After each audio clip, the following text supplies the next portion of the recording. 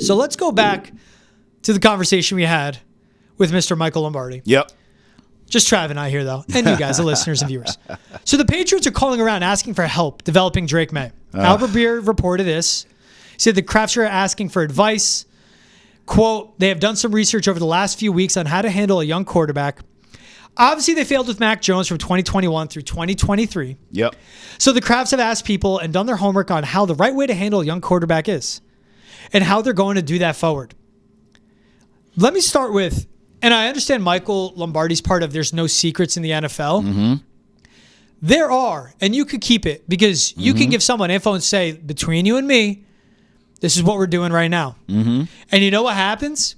What the Krafts should have wanted? There's an off season. Mm-hmm. This is where you gain some trust and grace in the fans. You fire an offensive coordinator, you bring a new one in, you revamp the coaching staff. Yep. Week 3, when Drake Maye is really making that jump, then the report comes out.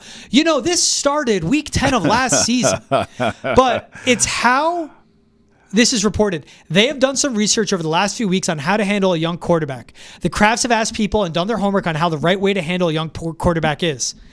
If it was worded like people have been getting calls from the Krafts, then that is a whatever source from a different team or a retired guy telling this to Albert Breer. Yeah. This is the Krafts telling him, hey, this is what we're doing. Yeah, we're called around. And they're trying to recover and save face with the fans of, look, we're doing everything.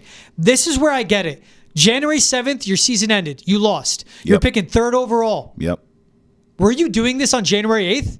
Were you doing this on January 11th when you fired Bill Belichick? Or January 12th after you hired Gerard Mayo? That's what's damning to me. The Krafts continue to want to repaint this picture that they run the team, which they do. You are the owners. They signed the checks. And Robert Kraft said there should have been more checks and balances. Fine. But why are you letting this info get out? I'm fine with you doing this homework, but you're undermining your head coach, your offensive coordinator, the progress those guys are making, and now the seat gets hotter, and you're having guys question. And now what are you doing? Are you walking into film meetings? Are you walking into Elliot Wolf's office? Go get this guy, not this guy. Why? Well, because this person told me. Why are you paying Elliot Wolf? Why are you paying Gerard Mayo? Why are you paying Alex Van Pelt to be football people that run the team? That's right. Robert Kraft, Jonathan Kraft, and Robin Glazer continue to do too much and want too much credit. The best owners hire the right people to make the decisions and delegate the right way. They are not doing that.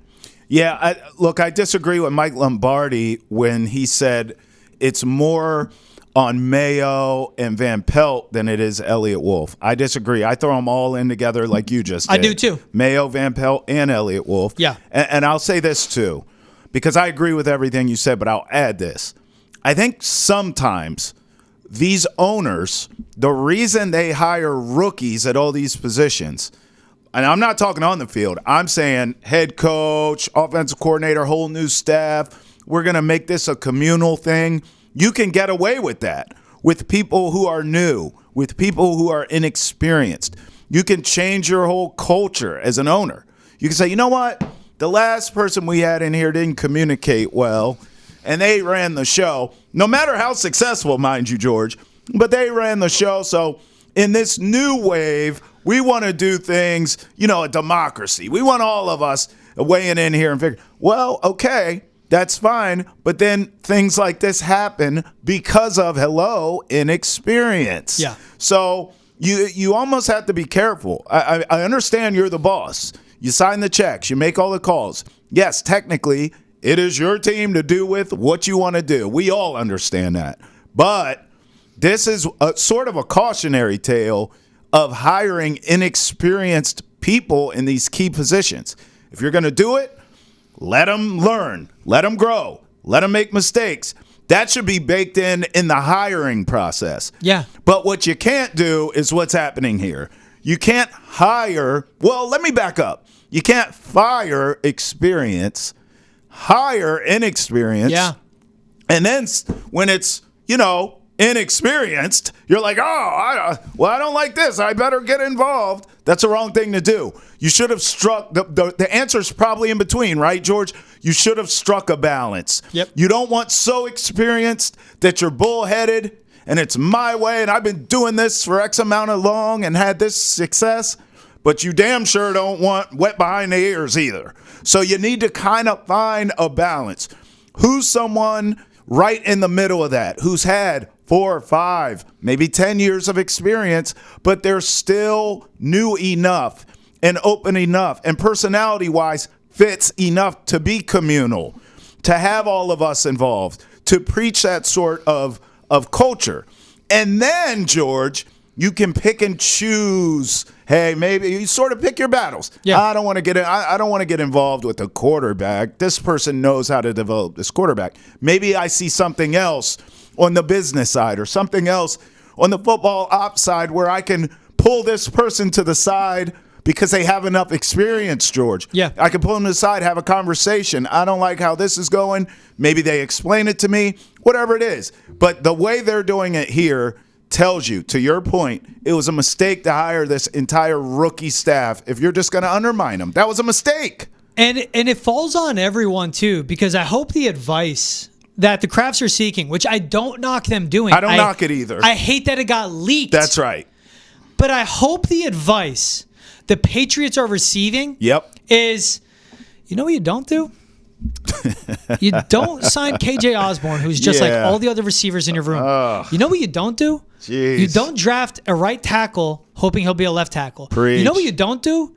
You don't sign a right tackle saying he could be a swing tackle and play on the left side. Turns out he can't. Preach. You know what you don't do? You don't sign a wide receiver for big money. I'm not talking Calvin Ridley. Right. Darnell Mooney, 3 years, $39 million, 26 fully guaranteed. Darnell Mooney has been one of the best wide receivers in the league this year. You get a guy like him with these pieces, still draft your same receivers. That works. That helps a quarterback develop. That benefits the entire offense. And you know what? Because you're the Patriots and you suck, that contract's maybe 3 years, $45 million, $30 million guaranteed. Guess what? $10 million guaranteed money a year over the life of this contract. Worth it if it develops Drake Maye. And a guy that's signed age 27, you have him until he's 30. That's what works. I hope the advice they're getting back to, let your GM have a full budget and do it.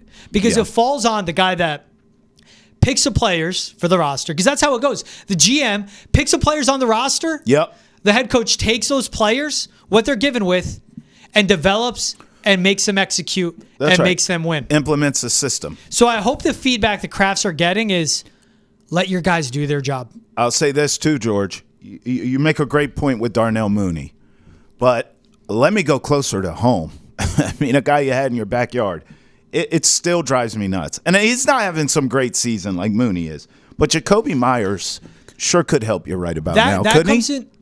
That comes into the checks and balances. It's like that Robert Kraft should have. Again, owners should do this where you go, have the meeting. What are you doing with these free agents? And he goes, I'm going to let Jacoby go. I'm going to sign Juju. Why? Well, because Jacoby was speaking in the media, calling out Matt Patricia and Joe Judge for having no idea. Yeah, Bill, well, the offense sucked. No, you're bringing back Jacoby. He's consistent and he's good. That's right. That's where this comes into. That's right. That's where everyone goes immediately Calvin Ridley and they think that. No. It's the Darnell Mooneys to me. It's even the pieces like a Mike Williams. Not great. No. But the pieces this offense needs. Where you get them offseason by offseason. And guess what? When you draft that elite number one wide receiver or sign one this offseason, you already have a good 2. That's right. And you have a good 3 and Polk and a good 4 and Demario Douglas. That's right. Who are developing, by the way. Off season, exactly. Yes. You let them develop.